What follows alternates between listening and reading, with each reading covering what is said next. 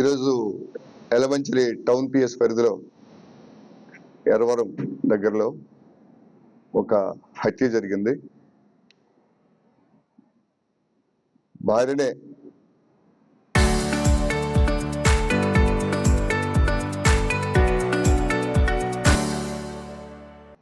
భర్తగా ఇప్పుడు ఉంటున్న ఒక వ్యక్తి ఆమెను చేతులతో అంటే పిడికిలతో గట్టిగా ముఖం మీద గుద్ది తలను కూడా భూమి కంచిపెట్టి చేయడం వల్ల ఆమె చనిపోయింది.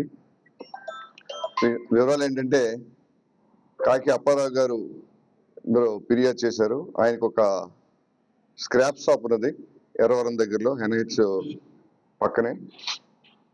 ఆ దగ్గర వంతల కుమారి మరియు ఆమెతో సహజనం చేస్తున్న మరి కామేశు, వీళ్ళిద్దరిది ఏజెన్సీ. కుమారిది జీమాడ్ల మండలం, అలాగే ఆ కుర్రాడిది పాడేరు మండలం.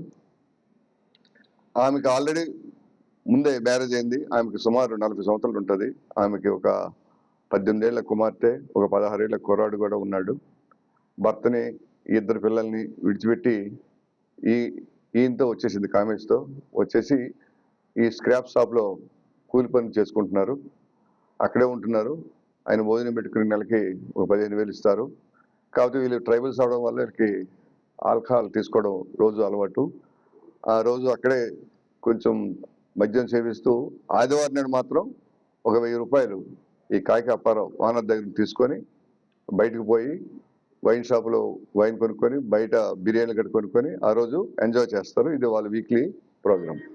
అదేవిధంగా నేను ఒక 1000 రూపాయలు తీసుకొని వైన్ షాప్కి వెళ్ళి కొనుక్కొని ఫుడ్ కొనుక్కొని తింటారు. అక్కడ గొడవ వచ్చింది ఇద్దరికి. వెనక్కి వెళ్ళి తాగిద్దారు, గొడవ వచ్చింది.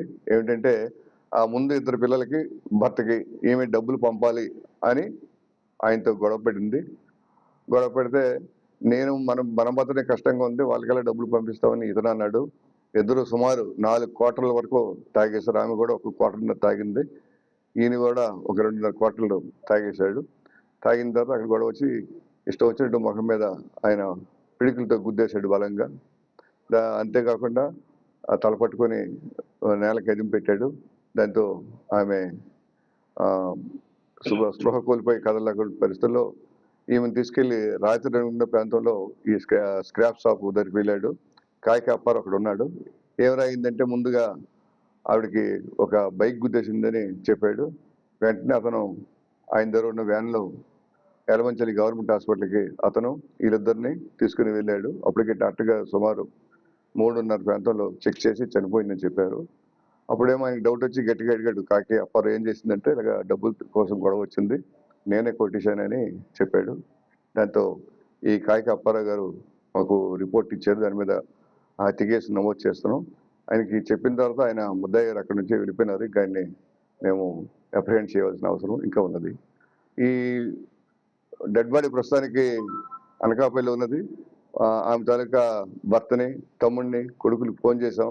వాళ్ళు రావడానికి ఇష్టపడలేదు. వాళ్ళు వచ్చిన వెంటనే ఇంక్వెస్ట్ కూడా శవ పంచనామా పూర్తి చేసి వాళ్ళకి బాడీని అప్పగిస్తామండి.